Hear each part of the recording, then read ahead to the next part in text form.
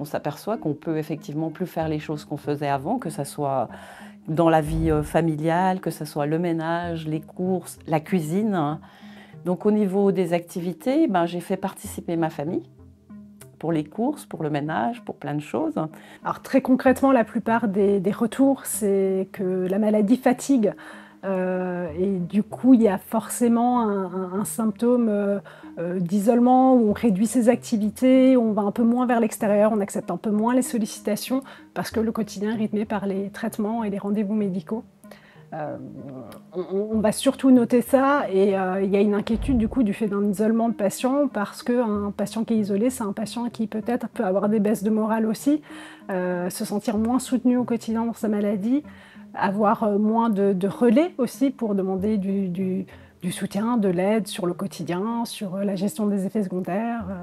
Moi notamment, j'encourage à aller vers de l'activité physique adaptée, mais si on est un peu moins en forme à un moment, ça peut être des activités culturelles, de loisirs, rencontrer des gens, rencontrer, s'entourer, ne pas rester que focus sur la maladie. En fait, ça a tout changé dans ma vie sociale. Déjà, j'ai dû arrêter de travailler, mais j'ai gardé contact avec mes collègues. Donc, on se voit régulièrement, on se tient au courant, parce que je suis encore officiellement en activité, et donc on fait des réunions de travail. Garder une activité pour rencontrer des gens, c'est ce que je conseillerais. Alors, un accompagnement de patients atteints d'un cancer, c'est un accompagnement très très global, parce que la survenue d'un cancer, ça va impacter toutes les sphères de la vie. Donc on peut aborder des questions sur le travail, soit le maintien dans l'emploi, là plutôt le retour à l'emploi dans ce cadre de maladie-là.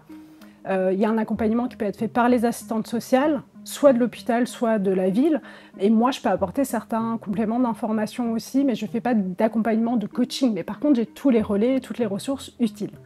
Il y a beaucoup d'associations qui se mobilisent aussi sur l'aspect accompagnement de la vie sociale du patient, par du sport, par de l'accompagnement assistante sociale, par du coaching retour au travail, par du soutien psychologique, que ce soit en groupe ou en individuel, dépasser un peu les a priori aussi sur la maladie et oser vivre tout en étant malade. J'ai dû m'adapter quand même à mon père parce que, en plus de mon père, j'ai également une mère malade, donc ça a quand même eu un impact plus ou moins sur ma vie sociale.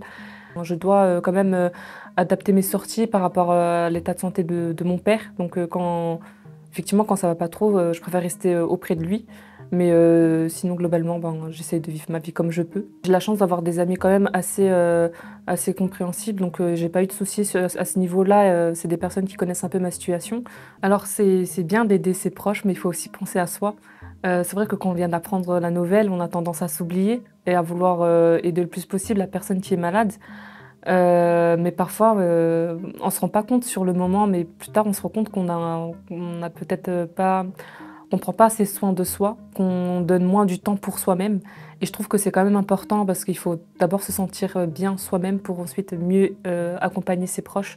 Donc il ne faut pas oublier de vivre aussi sa propre vie et de s'accorder aussi du temps pour soi.